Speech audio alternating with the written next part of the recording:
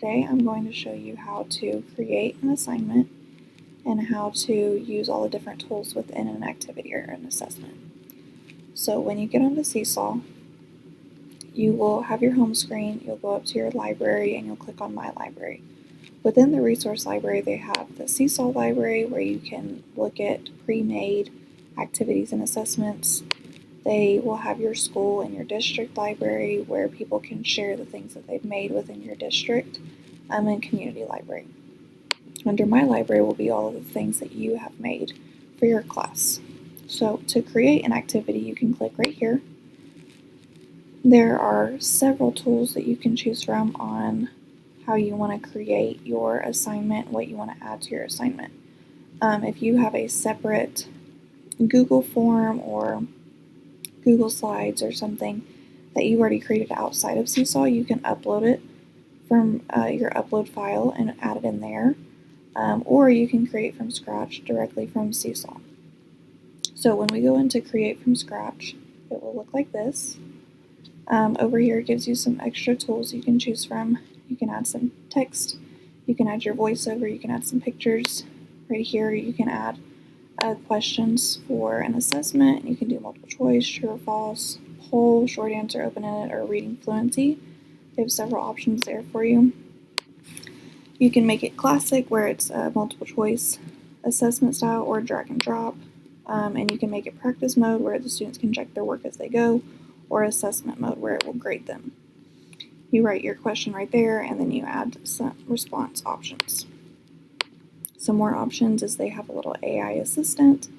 You can click some frames. So if you want the students to upload a picture or a video or voice or however you want them to respond to whatever question you're giving them, you can click that, and that will allow the students to only do that option to upload. So they have several options of how to create your assignment, however you plan to do that.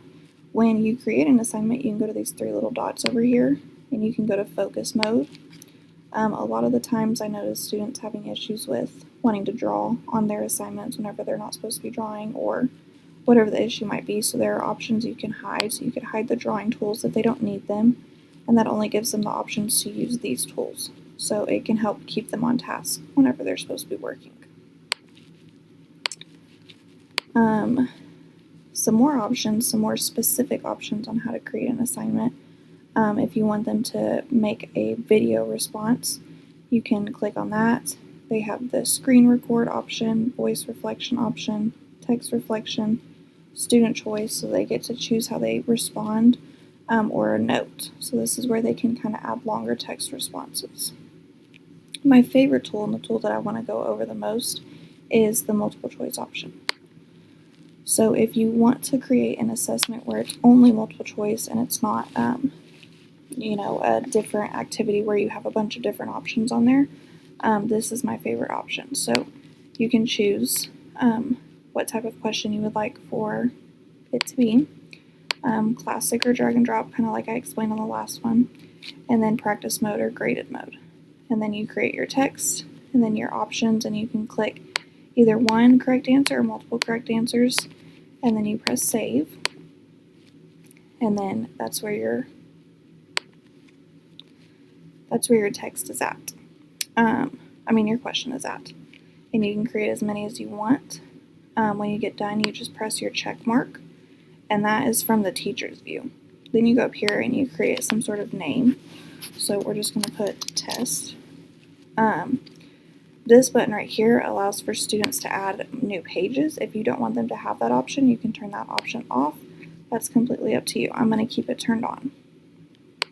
You can adjust the language selected. You can change if the questions come up mixed or if they come in the order that you put them in. It's kind of up to you. You can add instructions here on how they need to go through the test and take the test. So there's several different options you can choose. Then we'll press save. You can then go in and view the assignment as student. So then you can see kind of what the student's going to see from their side of things. Looks very similar to what you see, but notice it takes away those tools on the bottom and on the side because their only option is to click their multiple choice. Since I didn't take off the add page, student can add a page at the bottom if they wanted to. If the student does not get done with their test, then they click draft, and if they do get done, then they click submit. When they click submit, there will be an option for you to review answers, and it will automatically grade the multiple choice for you. So that's just a little tip on how to create an activity. After you create an activity, they give you several options of things you can do with the activity afterwards. I like to create collections and have them organized into different categories so that whenever in the future, if I need to go back to that assignment, I kind of know where to find it at. So that is my training over the tools and assessments and assignments within Seesaw. Thank you for listening.